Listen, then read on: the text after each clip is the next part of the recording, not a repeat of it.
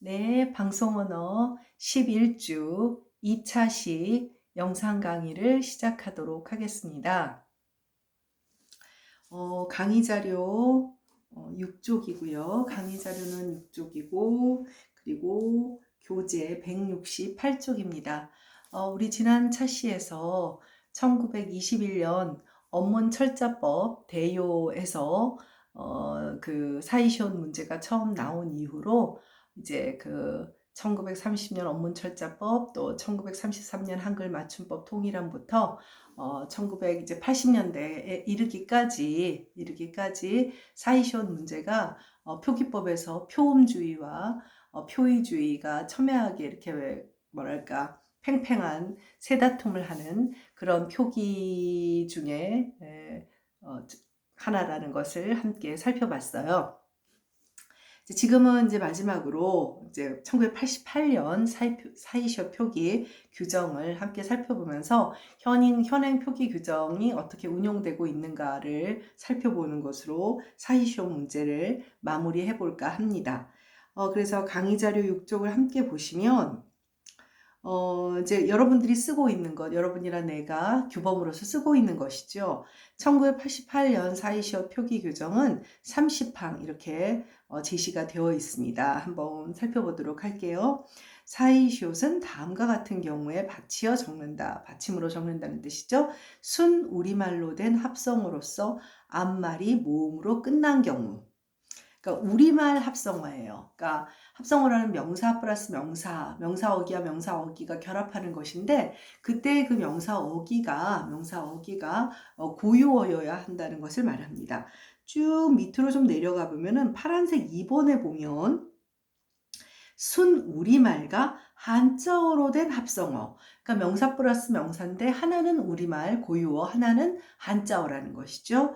쭉 밑으로 내려가 보면 3번 파란 글씨로 되어 있는 것이 두 음절로 된 한자어. 그러니까 사실 한자와 한자의 결합이라는 이야기가 됩니다.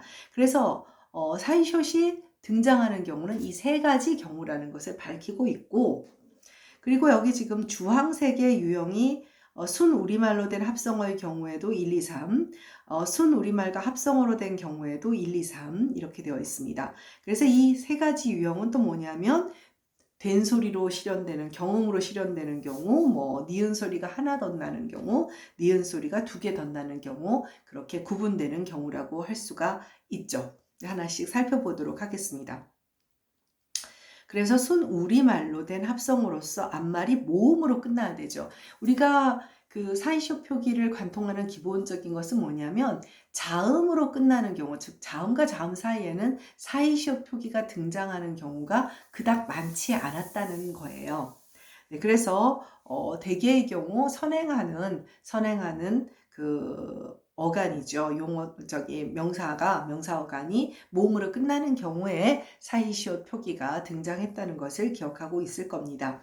그래서 이 경우 첫째, 뒷말의 첫 소리가 된 소리로 나는 것, 경험으로 실현되는 것.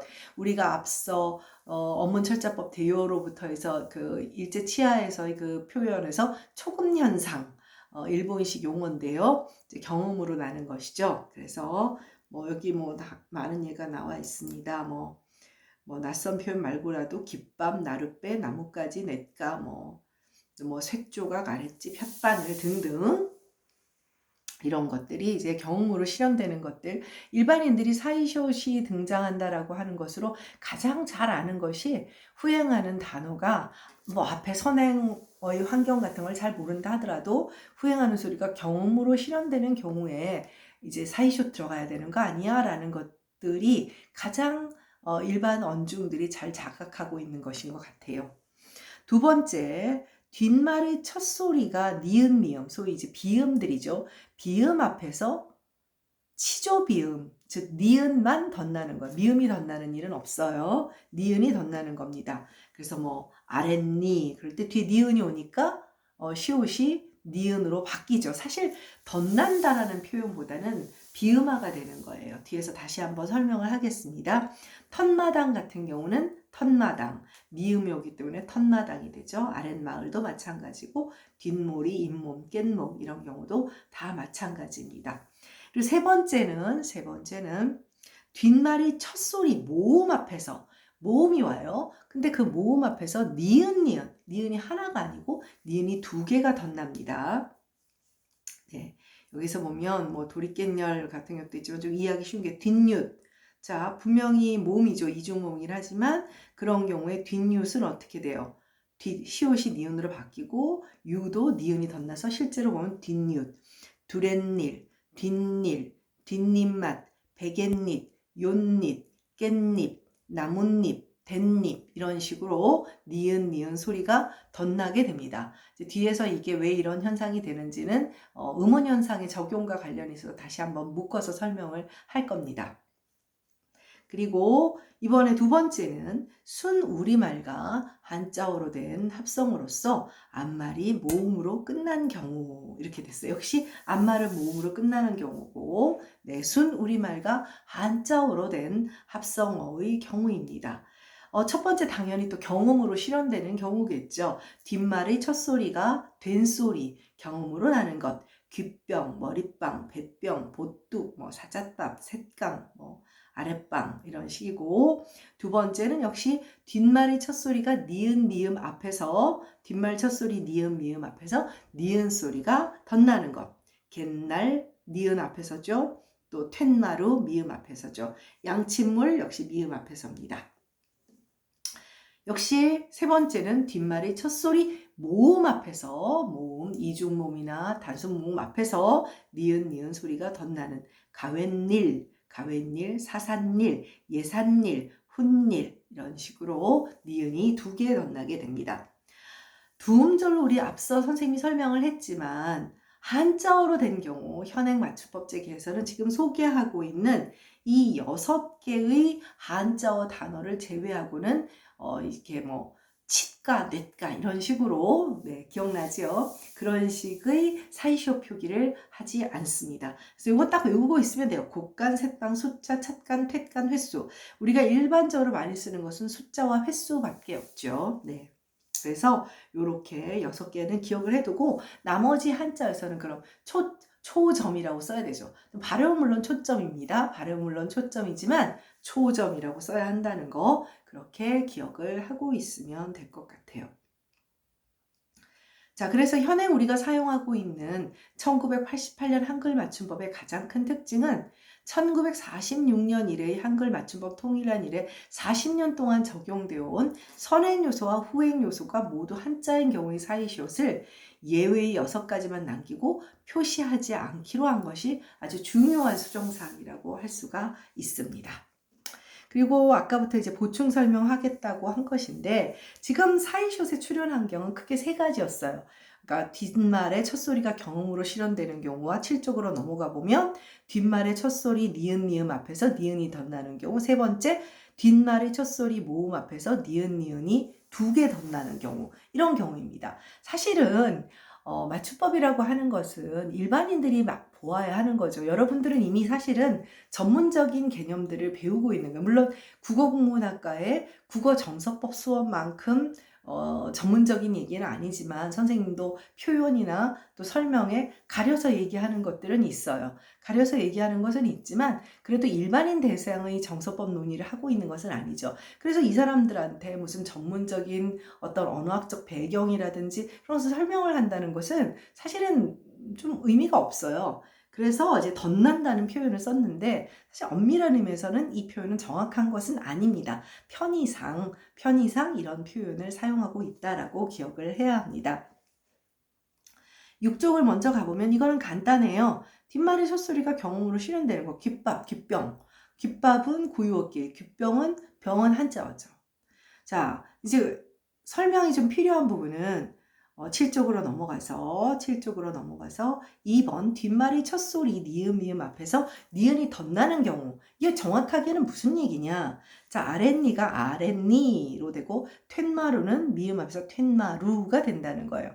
자, 사실 학교 문법 중고등학교 때 다녔던 이제 음운 변동이라고 학교 다닐 때 배웠을 텐데 받침 규칙이라든지 그걸 조금만 기억을 하는 친구들이라면 국문과 학생들은 당연히 알고 있겠죠. 네.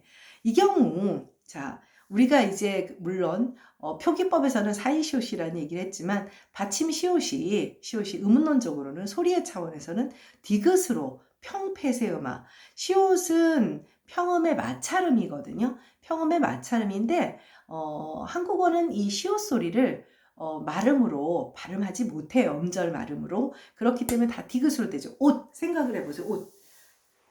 옷은 어때요? 시옷 받침이지만 디귿으로 발음이 되죠. 이런 것을 평음의 폐세음으로 바뀐다 해서 평폐세음화라고 해요. 학교 문법에서는 혹시 중화라고 배운 친구도 있을 텐데 어쨌든 시옷이 디귿으로 평폐세음화 한 후 자, 니라고 하는 음절에 그 니은에 의해 비음화가 된 겁니다. 그런데 이거 어떻게 설명을 하겠어요? 평폐세음화 설명해야 돼, 비음화 설명해야 돼. 그렇기 때문에 일반인을 대상으로 하는 정서법의 얘기에서는 덧난다라는 표현으로 이제 그냥 좀 뭐랄까요? 얼렁뚱땅 넘어간 셈이지만 일반적인 표현을 쓰는 거죠. 뭐 우리가 과학 공부를 할 때 전문적인 과학 공식 공부하면 누가 그걸 읽겠어요? 텐마루는 미음에 의해서 이제 비음화가 된 경우라고 하는 것을 기억해 두면 될 겁니다. 자, 그 다음 세 번째, 뒷말의 첫소리 모음 앞에서 니은이 두 개 덧나는 경우. 미안해요. 물 좀 마실게요. 지금 현재 시각은 새벽 1시 19분입니다. 선생님도 좀 지칠 때가 됐죠? 좀 딴 얘기 같은데 밤 9시에 줌 회의도 있고 요새 이렇게 온라인 세상이 장점도 있어요. 장점도 있는데 교수들도 시도 때도 없이 밤 9시에 회의한다는데 누가 뭐 무슨 일이 있다 할 수 있겠어요. 그래서 다들 아까 교수님들도 눈 비비면서 회의를 했는데 눈 비비면서 또 강의도 찍어야 하고 네. 여러분도 바쁘고 우리도 바쁘고 네. 자, 다시 본론으로 돌아와서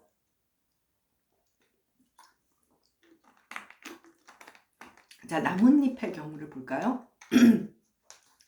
나뭇잎에 실현되는 발음은 나뭇잎이죠. 나뭇잎. 자, 이 경우에는 여러분이 또 다른 의문 현상 하나가 더 생겨요. 즉 시옷이 디귿으로 평폐세만 하는 현상은 이해를 했을 텐데 니은 첨가라는 현상 아마 학교 다닐 때 배웠을 겁니다. 니은 첨가. 그러니까 이 패는 니은이 없는데 니은 첨가가 이루어지고 첨가된 이 니은 때문에 비음화가 실현이 되는 거예요. 아이고 첨가된 녀석이 아주 힘도 좋죠. 네. 예산일도 같은 맥락입니다. 예산일도 시옷이 디귿으로 평폐세음화하고 니은 첨가가 이루어진 후 이 첨가된 니은에 의해 비음화가 실현되어서 결과적으로는 표면적으로 보면 모음 앞에서 니은이 덧나는 양상으로 보여지게 되는 것이죠. 네. 길고 긴 사이시옷 얘기가 여기서 마무리가 됩니다. 사실 사이시옷은 여기서 지금 어떤 한글 맞춤법의 차원에서 소개를 하니까 이렇게 얘기를 마치 굉장히 정연한 것처럼 얘기를 하지만 실제로 사이시옷은 굉장히 불규칙한 현상이에요. 예를 들면 노래방은 노래방이 아니죠.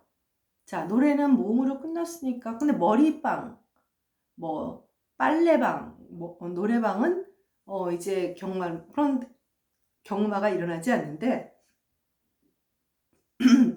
그 머리하는 그건 머리방도 되고 머리빵도 되는 것 같아요. 그리고 지금은 없는 비디오빵이라고 하는 게 있었어요. 비디오로. 근데 그거는 사람들이 여러분들은 지금 그 표현을 잘 안 쓰니까 근데 노래방은 노래방이라고 하면서 90년대 가장 핫했던 젊은이들의 그 놀이 문화가 노래방과 지금도 뭐 노래방이 있지만 비디오방이었어요. 비디오방. 근데 대부분의 사람들이 어떠냐면 노래방은 노래방이라고 하고 비디오방은 비디오빵이라고 많이 했어. 물론 비디오방이라고 하는 사람도 있죠.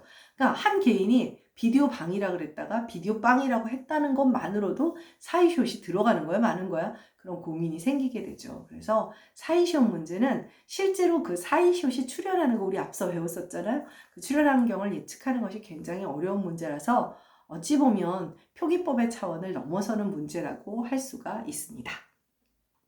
네, 어쨌든 길고 긴 사이시옷 얘기, 선생님도 별로 사이시옷 좋아하지 않아요. 근데 최소한 여러분들이 여러 가지 이제 어떤 공적인 시험을 볼 거를 생각한다면, 한글 맞춤법에 나와 있는 그런 예라든지 이런 것들은 기억을 해두는 것이 좋습니다. 네.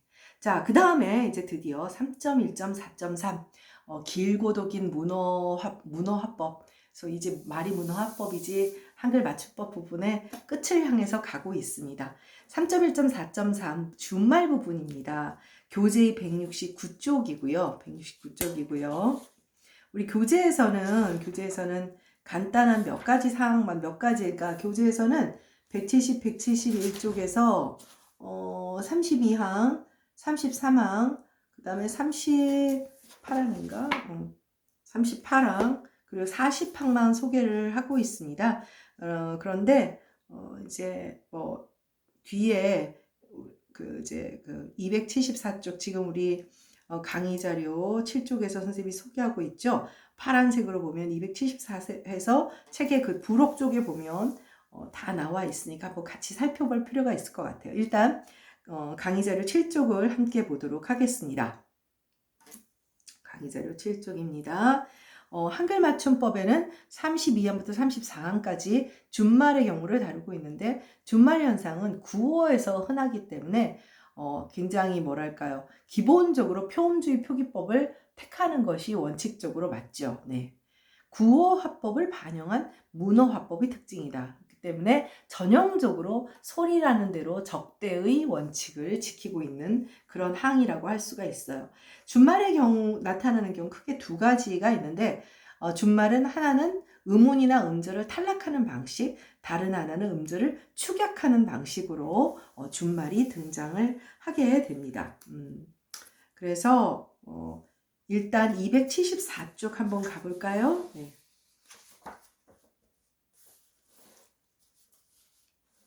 네, 274쪽 하단 함께 봐주시기 바랍니다. 274쪽 하단을 보면 32항이 나와 있습니다. 그래서 단어의 끝모음이 줄고 자음만 남는 것은 뭐 그 앞의 음절의 받침으로 정다. 뭐 기러기야, 기러가, 그 다음에 275페이지로 넘어가 볼까요? 어제 그저께는 엊그저께, 어제 저녁은 어저녁, 같고, 이 정도는 다 알고 있죠? 그리고 33항은 체험과 조사가 어울려질 때는 그것은 그건, 그것이 그게, 그것으로 그걸로 이런 것들도 네. 무엇을은 무엇을, 뭘, 무엇이는 무엇이 무에 이렇게 준말의 형태를 소개를 하고 있습니다.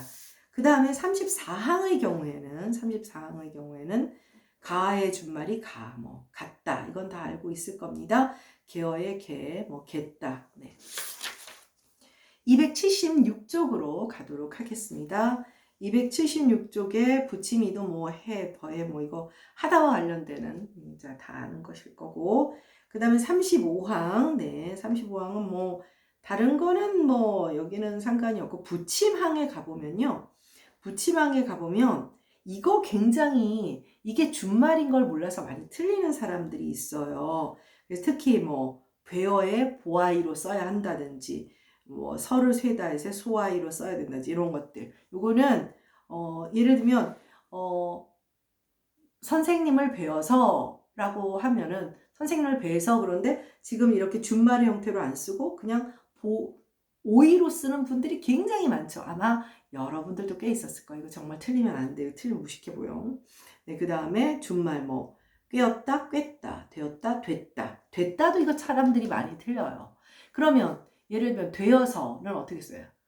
그냥 오이로 돼서 쓰면 안 되는 거예요. 준말 형태, 되어서의 준말이니까 이런 것들, 됐다, 이런 것들 틀리지 않도록. 그래서 지금 276페이지 붙임 2항 생각보다 많은 사람들이 틀리니까 별표해놓고 실수하지 않도록 하기 바랍니다.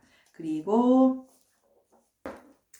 277페이지 36항 이거는 여러분들 크게 틀 것 같지 않고요. 그 다음에 37항도 이것도 이제 어디 뭘 지금 많이 틀리냐면 저기 오른쪽에 보면 뜨이다, 띄다, 쓰이다, 쓰이다. 네, 뜨이다. 띄어쓰기죠.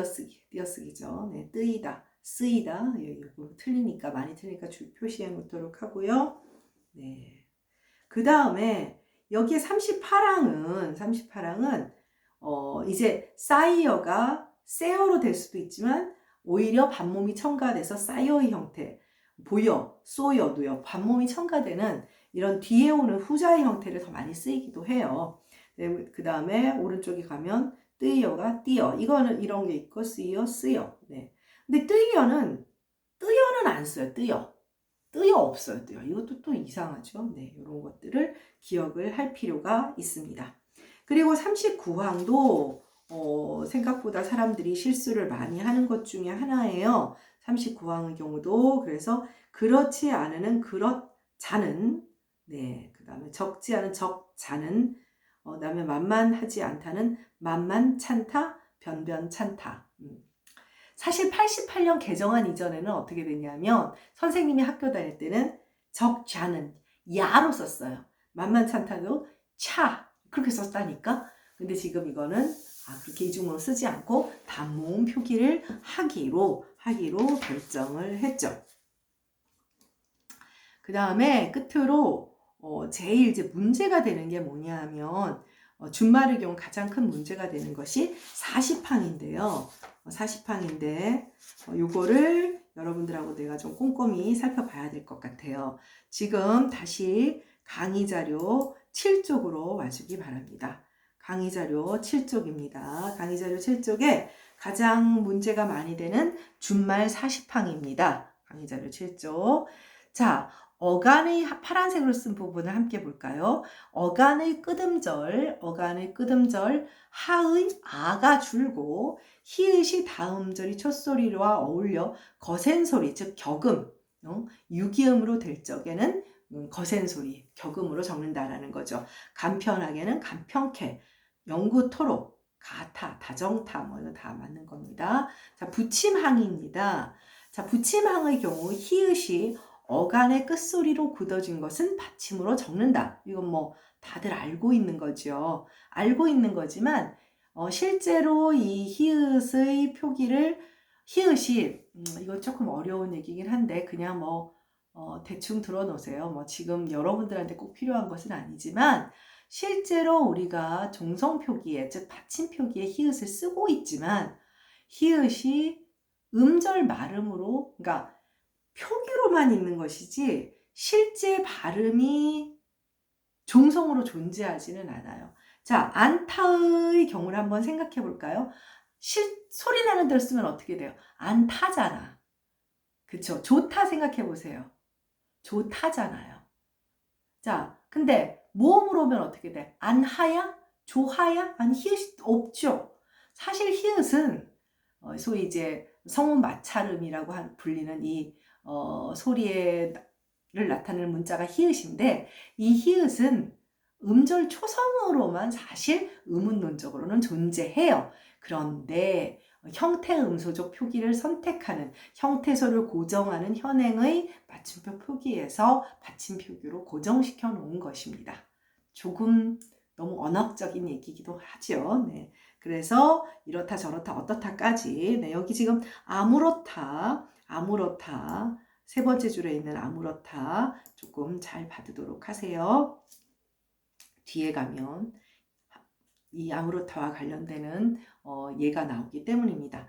네, 다음 8쪽으로 넘어가도록 하겠습니다. 다음 8쪽입니다. 다음 8쪽이고요. 8쪽의 붙임 2항을 보도록 하겠습니다.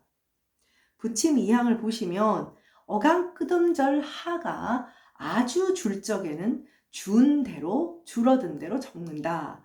거북하지는 이때는 거북치가 아니라는 거예요. 그래서 거북치 생각컨대가 아니라 생각건대, 생각다 못해, 깨끗이 않다가 아니라 깨끗지 않다, 넉넉지 못하다 이런 식으로 이게 과거에는 유기음으로 격음으로 되는 대로 표기를 했었어요. 그런데 88년 개정한 이후 바꿔버렸거든요. 그래서 요게 이제 붙임 2항에 이제 아마 여러분들은 안 틀릴 것 같은데 과거에 시험 문제로 많이 나왔었죠. 네, 그리고 그 다음과 같은 부사는 자, 잘 보세요. 부사예요. 부사. 다음과 같은 부사는 소리 나는 대로 적는다. 갑자기 이게 무슨 얘기냐. 결단코, 격코, 기필코, 무심코, 아무튼 요컨대, 정령코, 필연코, 하마터면 하연튼, 한사코. 여기에 요컨대를 제외하고는 다 결단코, 결코, 기필코, 무심코, 정령코, 필연코, 한사코.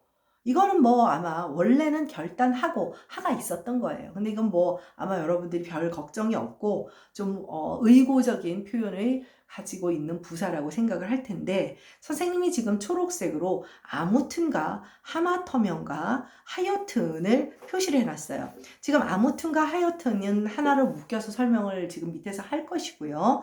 하마터면은 왜 초록색 표시를 해놨냐면은 많은 사람들이 하마트면으로 하마트면인가 하마터면인가 그런 고민을 해요. 그래서 하마터면 아예 별표해서 외워놓고, 아무튼과 하여튼은 지금 부사라는 사실 일단 기억을 하고 뒤에서 추가 설명을 할 겁니다. 네. 일단 이 40항 규정 전체에 대한 설명을 먼저 정리해보면, 이 가운데 특히 많이 혼동하는 부침이 규정인데, 생각건대를 생각컨대나 깨끗지 않다를 깨끗치 않다, 섭섭치 않다 뭐 이렇게 잘못 쓰는 경우가 많아요. 근데 옛날 규정이 그랬어. 근데 지금은 다 바꾼 거예요. 이는 하 전체가 줄어들지 않고 히읗은 남는다는 상위 규정을 여기에도 적용한 결과죠. 위에 상위 규정은 뭐냐면 간편케, 뭐 다정타. 근데 여기는 적용하면 안 된다는 거예요. 네. 이는 하 전체가 줄지 않고 히읗은 나는 상위 규정을 여기에도 적용한 결과인데, 예외가 있기는 하지만 규정을 잘 살펴보면 받침이 기역, 시읒, 비읍 받침을 가지고 있고 하다와 결합하는 그런 경우가 되게 많아요. 그래서 이 경우 하 전체가 줄고 모음으로 끝나고 또 리은, 리을, 이응의 받침을 가지는 경우 히읗이 남는다는 경향성으로 어느 정도 구별을 할 수 있다. 네, 뭐 그냥 뭐 그렇게 구별할 수 있다고 하는데, 선생님이 보기에는, 네, 그래서 그러니까 생각, 뭐 간편케, 그다음 연구, 토록, 뭐 이런 다정타, 그러니까 이런 지금 제 40항의 본항의 경우에는 니은이라든지 뭐 리을이라든지 모음이라든지 이런 경우에는 이제 유기음이 남는다고 해서 유기성을 반영했고, 지금 바로 위에서 보는 거북치, 생각건대는 기억이라든지 섭섭하다, 비읍, 그러니까 기억, 시옷, 비읍 받침을 가지고 있는 경우에는 이제 하 전체가 없어진 걸로 보니까 유기음이 등장하지 않는 것이고, 이제 방금 전 40항의 본항은 모음으로 끝나거나 니은, 리을, 이응의 받침을 가지는 경우에는 히읗이 남는다고 봐서 유기음으로 실현된다고 하는 거예요. 나름대로 이유는 있는 것이죠. 네. 어느 정도 구별할 수 있을 것 같다. 네, 이렇게 생각을 하면 됩니다.